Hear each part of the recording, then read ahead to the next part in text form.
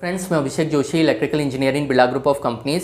दोस्तों, आज हम लोग बात करेंगे ट्रांसमिशन लाइंस के बारे में। आज मैं आपको ट्रांसमिशन लाइन से रिलेटेड कुछ इंपॉर्टेंट इंटरव्यू क्वेश्चंस के बारे में बताऊंगा और ये सभी क्वेश्चंस के जो आंसर होंगे ये इंटरव्यू पॉइंट के हिसाब से हम लोग देने की कोशिश करेंगे कि इंटरव्यू में इन सवाल का जवाब आपको किस तरीके से देना चाहिए।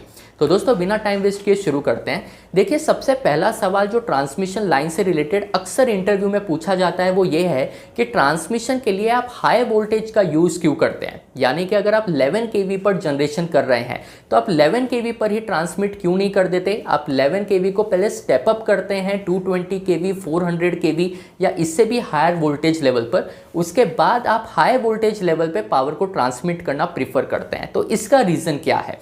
तो देखिए, इसका जवाब आपको सिंपल ये देना चाहिए कि जब भी आप हाई वोल्टेज रेंज में पावर को ट्रांसमिट करते हैं तो आपके ट्रांसमिशन लाइन के लॉसेस भी कम हो जाते हैं। इकोनॉमिक पॉइंट ऑफ व्यू से भी आपकी जो ट्रांसमिशन लाइन है ये काफ़ी ज़्यादा कॉस्ट इफेक्टिव रहती है और आपके ट्रांसमिशन लाइन की जो ओवरऑल एफिशिएंसी है वो इम्प्रूव होती है। अब ये कैसे होता है ये भी मैं आपको 2-3 पॉइंट में बताने की कोशिश करता हूँ। देखिए, जब भी हम हाई वोल्टेज लेवल पर पावर को ट्रांसमिट करते हैं तो हमारा जो करंट का मैग्नीट्यूड है वो कम हो जाता है। करंट का मैग्नीट्यूड जितना कम होगा उतने कम क्रॉस सेक्शन का कंडक्टर आपको यूज़ करना पड़ेगा पावर को ट्रांसमिट करने के लिए।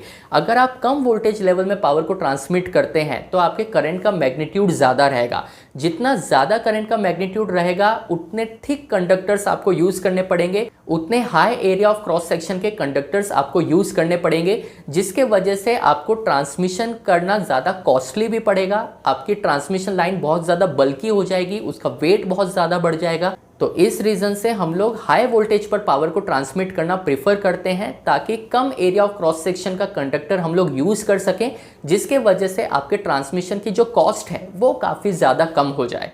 इसके बाद दोस्तों, अगला सवाल ये आता है कि जब 3 phase AC system easily available है, यूनिवर्सली एक्सेप्टेड है, उसके बाद भी पावर ट्रांसमिशन के लिए हम लोग DC ट्रांसमिशन का यूज़ क्यों करते हैं। हम 3 फेज AC ट्रांसमिशन ही हर जगह यूज़ क्यों नहीं कर सकते।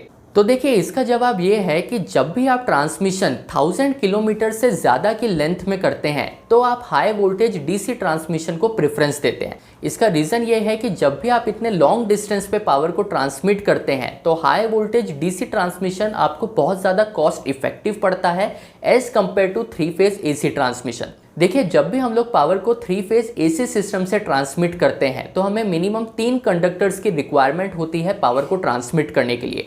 पर जब भी आप DC ट्रांसमिशन करेंगे तो आप 2 कंडक्टर्स में ही पावर को इजीली ट्रांसमिट कर पाएंगे। तो यहाँ पर आपके नंबर ऑफ कंडक्टर्स कम हो गए, जिसके वजह से आपकी जो ओवरऑल ट्रांसमिशन लाइन की जो कॉस्ट है वो कॉस्ट काफ़ी ज़्यादा रिड्यूस हो जाएगी 3 फेज AC ट्रांसमिशन के कंपैरिजन में। इसके अलावा दोस्तों, DC ट्रांसमिशन के कुछ और बेनिफिट्स भी है। जैसे DC ट्रांसमिशन में आपको स्किन इफेक्ट और कोरोना इफेक्ट जैसे जो लॉसेस होते हैं या स्किन इफेक्ट और कोरोना इफेक्ट जैसे जो कॉन्सेप्ट होते हैं वो DC ट्रांसमिशन में एप्लीकेबल नहीं होते। अगर आप पावर को AC सिस्टम से ट्रांसमिट करते हैं, अगर आप AC ट्रांसमिशन को प्रेफरेंस देते हैं तो उस केस में आपको कोरोना इफेक्ट भी फेस करना पड़ेगा, स्किन इफेक्ट भी फेस करना पड़ेगा, जिसके वजह से आपके लाइन के जो लॉसेस है वो इंक्रीज होंगे और आपके लाइन की एफिशिएंसी कम हो जाएगी। पर ओवर अ लॉन्ग डिस्टेंस अगर आप DC ट्रांसमिशन का यूज़ करते हैं तो आपको ना कोरोना इफेक्ट के बारे में सोचना है ना स्किन इफेक्ट के बारे में सोचना है, जिसके वजह से आपकी लाइन के लॉसेस भी कम रहते हैं और उसकी एफिशिएंसी भी इंप्रूव होती है। इसमें दोस्तों एक पॉइंट आप ये भी यूज़ कर सकते हैं कि DC ट्रांसमिशन में आपको रिएक्टिव पावर कंपेंसेट नहीं करना पड़ता। देखिए, AC ट्रांसमिशन में हम लोग बैटरी बैंक का यूज़ करते हैं रिएक्टिव पावर को कंपेंसेट करने के लिए।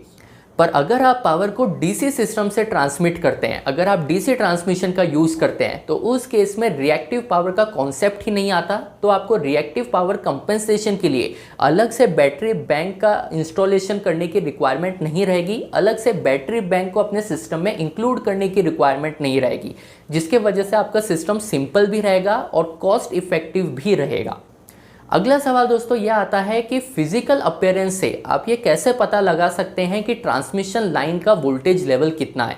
यानी कि सिर्फ ट्रांसमिशन लाइन को देखकर क्या आप ये बता सकते हैं कि वो ट्रांसमिशन लाइन कितने kV वोल्टेज लेवल पर ऑपरेट हो रही है। तो देखिए, इसके लिए ट्रांसमिशन लाइन में जो इंसुलेटर्स लगे रहते हैं उस इंसुलेटर में नंबर ऑफ डिस्क को काउंट करके आप ये बता सकते हैं कि ट्रांसमिशन लाइन कितने केवी वोल्टेज लेवल पर ऑपरेट हो रही है। बेसिकली ट्रांसमिशन लाइन में जो इंसुलेटर्स यूज़ होते हैं उसमें नंबर ऑफ डिस्क का हम लोग यूज़ करते हैं। एक डिस्क 11 केवी को रिप्रेजेंट करती है। तो अगर किसी ट्रांसमिशन लाइन में 3 डिस्क लगी है तो इसका मतलब ये होगा कि वो ट्रांसमिशन लाइन 33 केवी वोल्टेज लेवल पर ऑपरेट हो रही है। अगर 6 डिस्क लगी है तो इसका मतलब 66 केवी की वो ट्रांसमिशन लाइन है। इस तरीके से नंबर ऑफ डिस्क को काउंट करके आप ट्रांसमिशन लाइन के वोल्टेज लेवल का अंदाज़ा लगा सकते हैं। तो दोस्तों ये कॉन्सेप्ट अगर आपको समझ में आया हो तो मुझे कमेंट बॉक्स में बताइएगा। मैं आपसे मिलता हूँ कल ऐसे एक इंटरेस्टिंग टॉपिक के साथ। तब तक अपना ध्यान रखिए। Good bye.